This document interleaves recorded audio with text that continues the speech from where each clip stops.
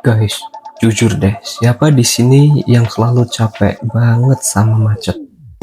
Sama loading screen yang kayak ujian kesabaran, sama nungguin paket datang dari all shop yang LDRan.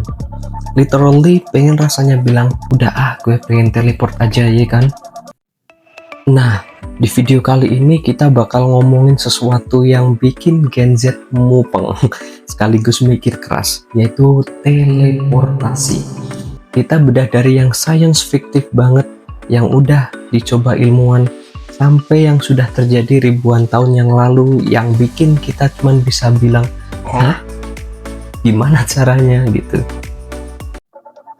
Siap-siap, karena kita bakal bandingin teknologi Tuhan sama teknologi kita yang masih rebahan.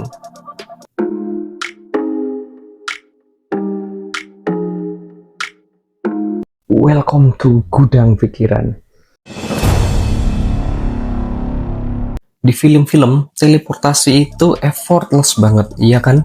Cuman langsung sampai, nggak pakai nyari parkir, nggak pakai refresh tracking paket, nggak pakai maaf kak barangnya nyangkut di DC cakung. Enak banget. Bayangin aja lo bisa chill di rumah terus tiba-tiba langsung nongol di konsernya Taylor Swift di Singapura, atau Zoom langsung meeting sama klien di New York tanpa jet lag. Hemat waktu, hemat ongkos, hemat drama kena cancel ojol. Kalau ini beneran ada, trust me, travel vlog bakal cuman 15 detik. Contohnya seperti ini, hari ini gue di Jepang, besok sudah di Paris, lusa di Mars, mantap jiwa. Ini nih yang jadi impian kita semua, tapi gimana sih sains ngelihat fenomena ini? Reality check, ilmuwan itu sudah berhasil guys menteleportkan sesuatu, tapi jangan seneng dulu, ini namanya teleportasi kuantum.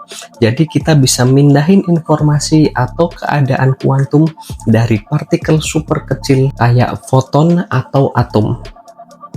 Bukan partikelnya yang dipindahkan kayak lo mindahin file dari laptop ke laptop yang lain, tapi state-nya yang di copy paste ke partikel lain yang sudah link atau yang sudah terhubung. Ini keren sih, tapi fungsinya lebih ke internet kuantum, super duper aman. Bukan buat lo pulang kampung secara instan. Ibaratnya lo udah kirim sinyal WhatsApp secepat kilat, tapi lo sendiri masih loading di jalan. Lalu, kenapa susah banget mindahin kita atau minimal snack di meja sebelah? Karena ada dua satpam fisika yang galak banget. Gampangnya, lo nggak bisa nge-copy diri lo yang sempurna tanpa ngerusak aslinya. Jadi, kalau lo teleportasi, lo yang asli itu bakal dihancurkan. Atau informasinya ditransfer habis, terus bikin ulang di tempat lain. Pertanyaannya, itu masih lo apa klon lo yang baru? Deep banget kan? Bikin overthinking. Iya juga ya. Prinsip ketidakpastian Heisenberg ini bilang kita nggak bisa tahu posisi dan kecepatan semua atom di dalam tubuh kita secara perfect dan bersamaan. Kalau mau teleportasi manusia, kita butuh tahu triliunan atom lo itu di mana dan lagi gerak kayak gimana. Kalau ada yang miss, bisa-bisa lo sampai sana jadi emoji alien atau cuma gumpalan mie instan. Makanya, buat mindahin makhluk sekecil bakteri aja yang atomnya seabrek, ilmuwan mikir kita butuh 200-500 tahun lagi. Jadi jangan buru-buru nyetok Indomie pakai teleportasi ya guys. Still a long way to go. Nah, ini bagian yang bahkan bikin lo semua kalau kita Gen Z pusing mikirin fisika kuantum yang ribet, ada cerita 3000 tahun yang lalu di zaman Nabi Sulaiman alaihi salam. yang literally bikin teleportasi. Ini kelihatan kayak isi mode banget gitu guys. Nabi Sulaiman ini bukan cuma raja biasa, tapi juga nabi yang super keren. Bisa ngomong sama hewan, ngontrol jin, ngontrol ketua partai. FBI, open up! Dan kebijaksanaannya level dewa. Beda banget sama kebijakan di pemerintah negeri Konoha yang nggak bijak-bijak banget itu. Suatu hari, pas Ratu Balkis dari negeri Sabah lagi OTW ke istananya, Nabi Sulaiman kepikiran ide, flexing kebesaran Tuhan kali ya.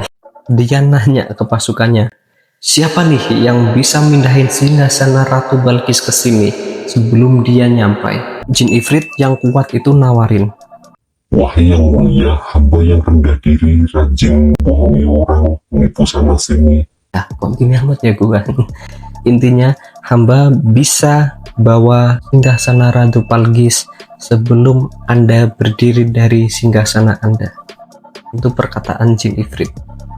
Cepet sih, tapi masih pakai estimasi waktu gitu. Nah, terus ada satu orang nyeletuk nih, yang di dalam Al-Quran menyebutnya orang yang mempunyai ilmu dari Alkitab. Banyak yang yakin itu adalah Ashif bin Barkhia.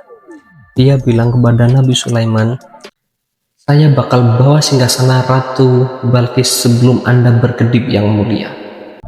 Literally sekejap mata gitu guys.